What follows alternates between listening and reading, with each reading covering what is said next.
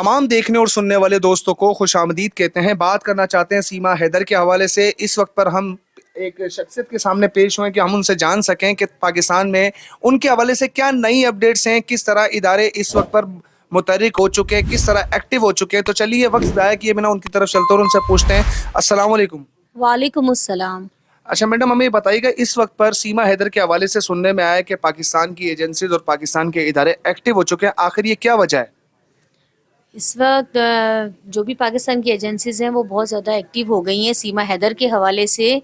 Because of सीमा हैदर कोई आम शख्सियत तो नहीं है, ये बहुत बड़ा प्री प्लान यहाँ से करके जा चुकी है, जो पाकिस्तान के लिए बहुत बड़ी बदनामी का बाइस भी है। तो इस वक्त तमाम जो एजेंसीज़ हैं वो इस बात पर बहुत ज़्यादा एक्टिव हुई हुई हैं कि जल्द अज जल्द इस बात का जो है ना पता लगाया जा सके कि ये इस बंदी ने हरकत क्यों की है और किस वजह से की है। अच्छा, मज़े की बात ये कि ये यहाँ से दुबई जाती हैं, तो ये वहाँ पर सीधा इंडिया की तरफ या नहीं गई, इसने वहाँ स्टे किया है, इनकी मीटिंग्स हुई हैं काफ़ी। उसके बाद ये नेपाल जाती हैं, नेपाल में भी इसने स्टे किया है। सचिन भी वहाँ मौजूद रहा, सचिन के साथ इसने कोई रोमांस नहीं किया, इनकी बड़ी मीटिंग्स चली आपस में। उसके बाद ये बड़े प्री प्लांटेड तौर पर जाके ये इंडिया गई है और वहाँ भी जाकर जो कुछ कर रही है ये इंडिया वालों को भी नुकसान देगा और पाकिस्तान को भी नुकसान देगा।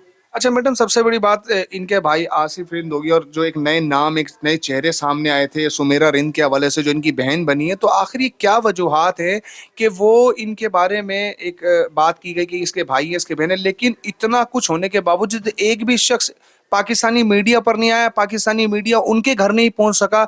तो क्या ये फर्जी किरदार थे? बिल्कुल ऐसा ही लग रहा है, ऐसा ही लग रहा है। पाकिस्तानी मीडिया क्यों नहीं बोल रहा? बोले ना पाकिस्तानी मीडिया, यहाँ इसको चुप क्यों लग गई है? वैसे तो हर मामले पर फौरन जी एक्टिव होकर, चाहे अभिनंदन का मामला था, कुछ भी मामला था, सारा मीडिया उस वक्त फुल टाइम अपने उस पर था कि हम बस हमारी रेटिंग हो। तो इस मामले पर क्यों नहीं बोल रहे? इसके बहन भाई भी, या कभी वो छुप जाते हैं, कभी वो जाहिर हो जाते हैं। तो ये सब जो है ना एक बड़े प्लान का हिस्सा लग रहा है। अगर वो रियल होते, जो रियल होते हैं वो तो चीखता है, जिसके अपनों को लगती है ना उसे बड़ी तकलीफ होती है, उसे तकलीफ होती है, वो बोलता भी है। लेकिन इनको ना तो वैसी तकलीफ हो रही है, ना ये उस तरीके से बोल रहे हैं, तो क्यों नहीं बोल रहे? अच्छा, इस वक्त हैदर अली भी बहुत परेशान है, अपने 4 बच्चों को लेकर रो रहे हैं। अपनी माँ के हवाले से उन्होंने पैगाम जारी किया कि उनकी वालिदा बहुत तकलीफ में है और वो चाहती हैं उनकी ज़िंदगी में, क्योंकि बूढ़ी हो चुकी है उनकी वालिदा, वो उनसे मिल लें उन बच्चों से। आखिर क्या वजह है कि ये बच्चों को नहीं आने दे रही, बच्चों को बाप के सुपुर्द नहीं कर रही है? असल में बच्चे तो उसका बहुत बड़ा हथियार है ना, बच्चे हथियार हैं, वो उनको एक ढाल के तौर पर यूज़ करे, एक शील्ड की तौर पर। अगर जब तक बच्चे रहेंगे सामने तो वो बहुत सारी चीज़ों से बची रहेगी, वरना शायद तो लोग उसको पकड़ के जला के मार के भस्म कर दें। और दूसरी बात ये कि कोई भी ऑर्डिनेंस हो, चाहे इंडिया का हो या पाकिस्तान का हो, कोई भी माँ अगर बदकिरदार साबित होती है, या इवन अगर माँ दूसरी शादी भी कर लेती है, जब भी बच्चे उसके हवाले इतनी आसानी से नहीं किए जाते। तो यहाँ ऐसा क्यों नहीं है? एक अगर इंसानियत के नाते देखा जाए तो हैदर अली को उसके बच्चे मिलने चाहिए। उसकी दादी तकलीफ में है, उनको उस रिश्ते से क्यों रोका जा रहा है? ये अच्छा, मैं एक और सवाल पूछना चाहूँगा, आपको क्या लगता है इस वक्त पर जिस तरह हमारी ये पाकिस्तान की एजेंसी एक्टिव हो चुकी है, आपको लगता है कि वो सुराग निकाल पाएंगी कि इसके पीछे क्या मुनज़्ज़म साजिश और ये किस तरह इसके सहूलतकारों ने इसको पाकिस्तान से मूव करवाया, दुबई, दुबई से नेपाल और वहाँ से वो इंडिया गए, तो सहूलतकार यहाँ भी मौजूद थे और सुनने में आया कि सहूलतकार इस वक्त इसके इंडिया में भी मौजूद है, तो ये पकड़े जाएंगे? मे बी पॉसिबल है और मे बी पॉसिबल नॉट, कि कुछ कह नहीं सकते इस हवाले से। लेकिन पाकिस्तान एजेंसीज तो बेस्ट एजेंसीज मानी जाती हैं, उन्होंने अब तक सुराग लगा लिया होगा, वो लगा नहीं रही, उन्होंने सब सुराग लगा लिया होगा, लेकिन बस वो मौके की तलाश में, कि मौका मिले। और सीमा का ज़रा ये किसी भी, बस कहते हैं ना वो चूहा बिल में फंस जाए एक दफ़ा, वो जिस दिन फंसेगी उस दिन बहुत बुरी मौत मारी जाएगी। अच्छा, हमें एक चीज़ समझ नहीं आती कि एपी सिंह का किरदार बहुत मुतनाज़ा है, इंडिया में भी मुतनाज़ा है, अब उसे पाकिस्तान में भी देखा जाता है, तो वो एक मुतनाज़ा शख्सियत है जो इसी किस्म के केसेस पर हैंडल कर रहा होता है।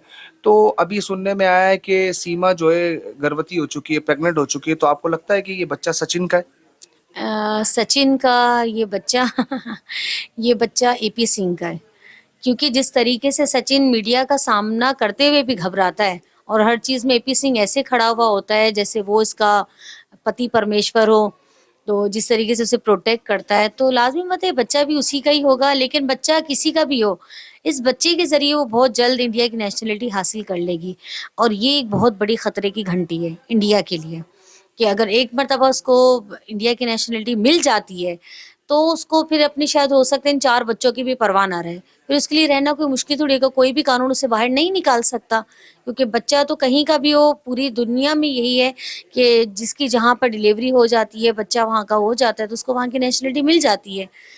تو یہ آنے والے دنوں کے لیے بہت بڑا یہ انڈیا کے لیے مسئلہ ہو سکتا ہے، اور انڈیا کے لوگوں کو اب یہ سوچنا چاہیے، کچھ کرنا چاہیے کہ اس جیسی عورتوں کو جو نہ جانے کتنی ایسی طاق میں اس انتظار میں ہوں گی کہ کب ہم انڈیا میں گھسیں اور وہاں کے لوگوں کو نقصان پہنچائیں، تو اس کے لیے کوئی نہ کوئی ان کو حل ڈھونڈنا ہوگا۔ تھینک یو سو مچ۔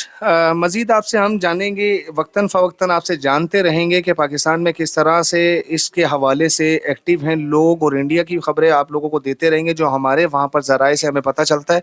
تو اپنا بہت سارا خیال رکھیے گا اور اپنی رائے کا اظہار کمنٹ سیکشن میں ضرور کیجیے گا۔ ملتے ہیں اگلی ویڈیو میں۔